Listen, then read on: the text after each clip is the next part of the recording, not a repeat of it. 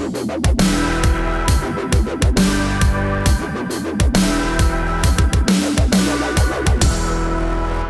full-throated defense of patriotism, economic nationalism, and a strong military capability. Was this the latest Trump rally in West Virginia? No, my friends. This was at the United Nations General Assembly. I'm Scott Ott with Bill Whittle and Stephen Green. And in this right angle, brought to you by the members of BillWhittle.com, we're going to talk about this rather striking speech that President Trump made before the United Nations General Assembly. Well, man, I don't know if everybody among our viewers has had a chance to watch it yet, but I'll tell you a couple of things that really struck me. First of all, the president was not shy about talking about American exceptionalism, but that didn't surprise me. What surprised me was he basically said, look, we think our country is great, and we want our country to be the best it can be, and you should want that for your country too. Exactly. Which I just thought was like taking that whole American exceptionalism and turning it around and basically saying, of course, who doesn't love their country? You know, and then taking it to the next step and basically saying my primary responsibility as President of the United States is to look after our people. Your primary responsibility, fellow world leaders, is to look after your people.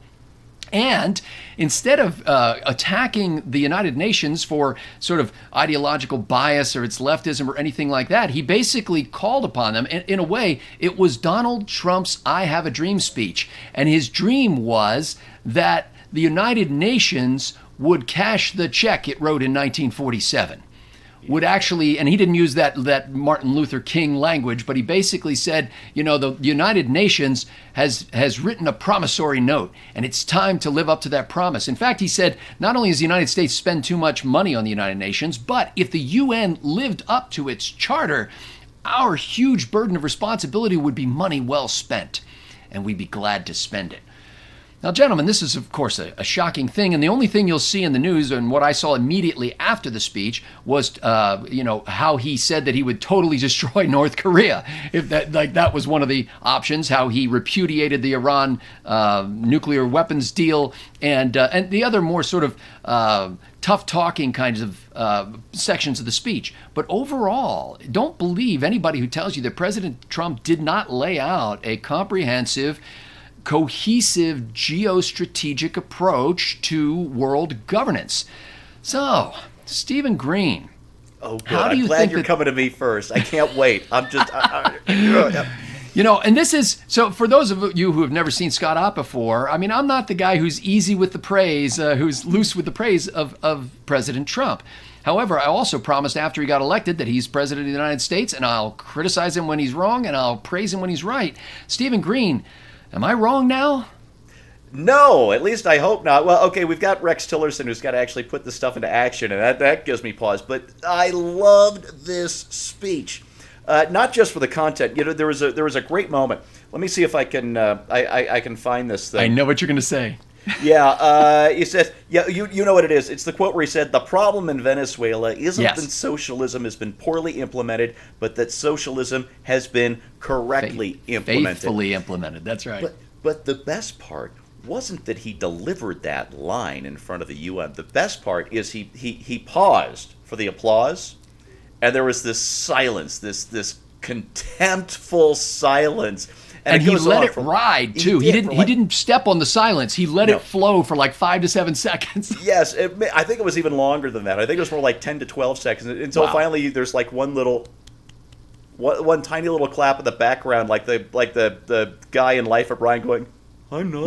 Nikki Haley's back there. Yeah, that's right. I bet it was Nikki. I love her. Anyway, so he went to the UN to deliver this speech. It's not so much what he said, although I loved what he said. It's the people, those socialist, collectivist, money-grubbing, incompetent would-be autocrats at the UN. Politicians so incompetent they couldn't get jobs in their own damn countries. They had to get sent to New York City because they weren't even wanted back home. So that's what the UN's full of. So one of the things the UN's full of. So he went there to give that speech. It would be like going to Harvard to give the commencement address and telling the graduating seniors, "Look, I'm sorry to tell you this, but you were $300,000 in debt, and they filled your brain with pudding. You don't know anything useful, and if society collapses, you will be the first to die. And the only reason you're going to make a lot of money is because there are engineers and plumbers and electricians and home builders who are just a lot smarter and more capable than you are because you wasted your damn money at Harvard. It would be just like that, and maybe Harvard will invite him to give a commencement speech. Except that he didn't do what Stephen Green just did and what Bill Whittle is about to do.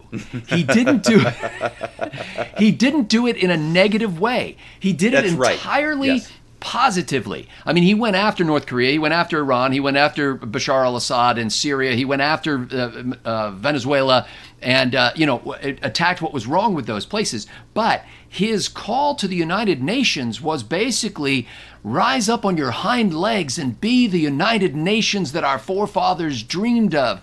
Really be about peace. Really be about effective governance of your own countries. And as we come together to defeat terrorism and to defeat these ideologies that are oppressing people. He's calling for refugees, Bill, to be housed as near their homes as possible so that when it's time to come back to their countries, you won't have to yank them from thousands of miles away. But everything he said was, for want of a better term, warm and fuzzy and human and graceful and tolerant and all that kind of stuff. He cast an inspiring vision.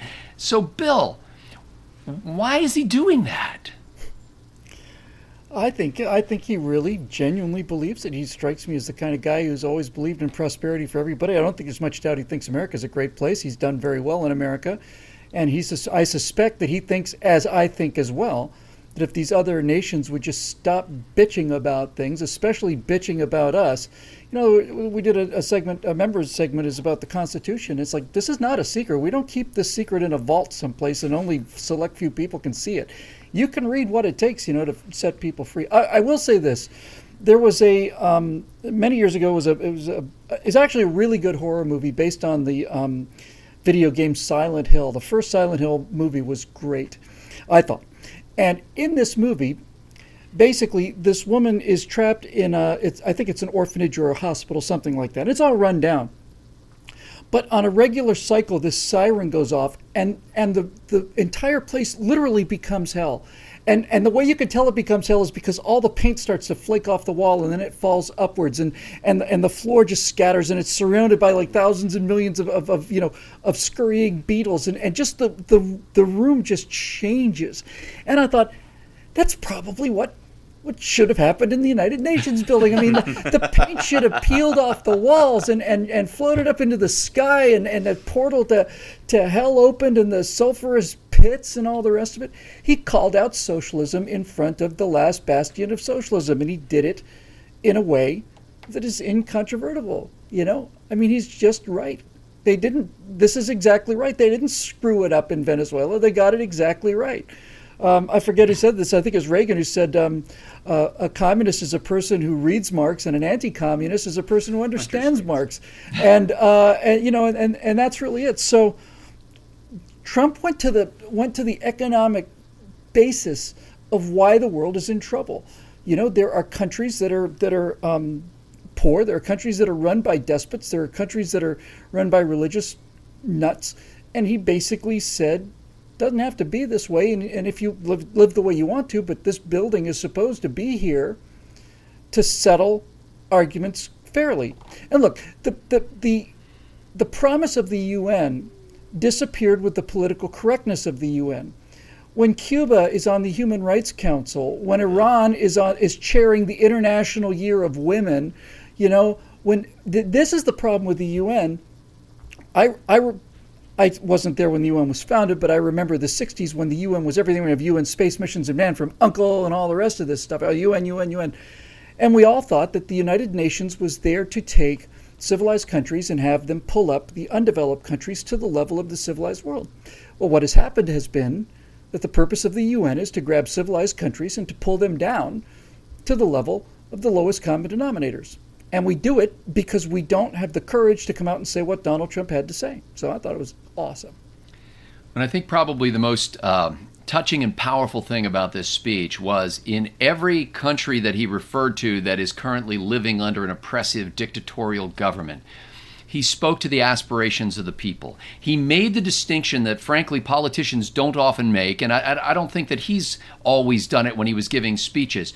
I never want to hear a politician slamming Iran. I want to hear him talking about the regime in Iran and distinguishing that from the people of Iran. I mean, some of you have seen the pictures on the internet of what Iran looked like before the mullahs took over.